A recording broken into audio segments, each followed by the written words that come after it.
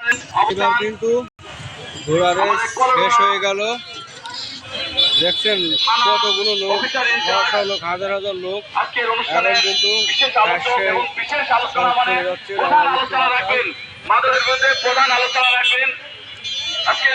কিন্তু এখন শেষ হলো চন্দনপুর ইউনিয়ন ভাটার সামনে মেন রোড।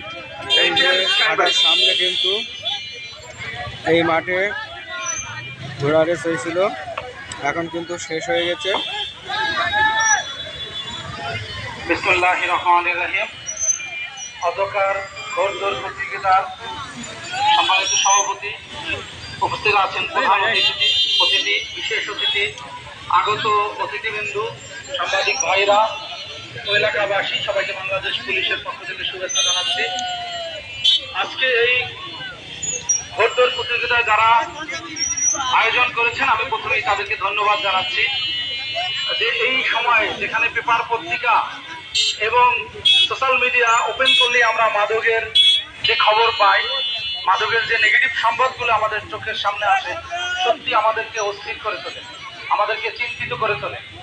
সেখানে মাদককে না বলি এই প্রতিবাদকে সামনে রেখে এই যে ঘোড়দৌড় প্রতিযোগিতা, অবশ্যই মাদক বিরোধী আন্দোলনের যে সূচনা আজকে আপনারা করলেন সেটা ধারাবাহিকতা অব্যাহত থাকবে।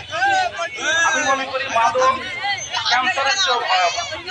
ক্যান্সারে আক্রান্ত হলে আমি বেঁচে যেতেও পারি বা আমার সেই পেশেন্ট বেঁচে যেতেও পারে, এরকম একটা মনোবল থাকে, এরকম একটা চিন্তা চেতনা আশা আমাদের ভিতর থাকে। কিন্তু এই মাদক এমন এক ভয়াবহ ব্যাধি, মাদকাসক্ত ব্যক্তি হলে পরিবার, একটা সমাজ, একটা রাষ্ট্র সবকিছু কিন্তু ব্যর্থ হয়ে যায়।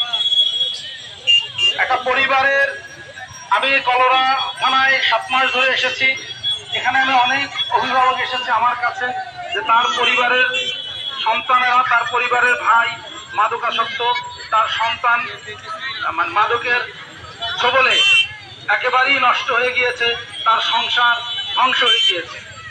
কিন্তু আমরা যদি শুরুতেই, যখন সে ভালো ছিল, সুস্থ ছিল, তখন থেকে যদি তাকে নার্সিং করতে পারতাম, তাহলে আজকে এই দিনটা হয়তো অভিভাবকের জন্য আসতো না।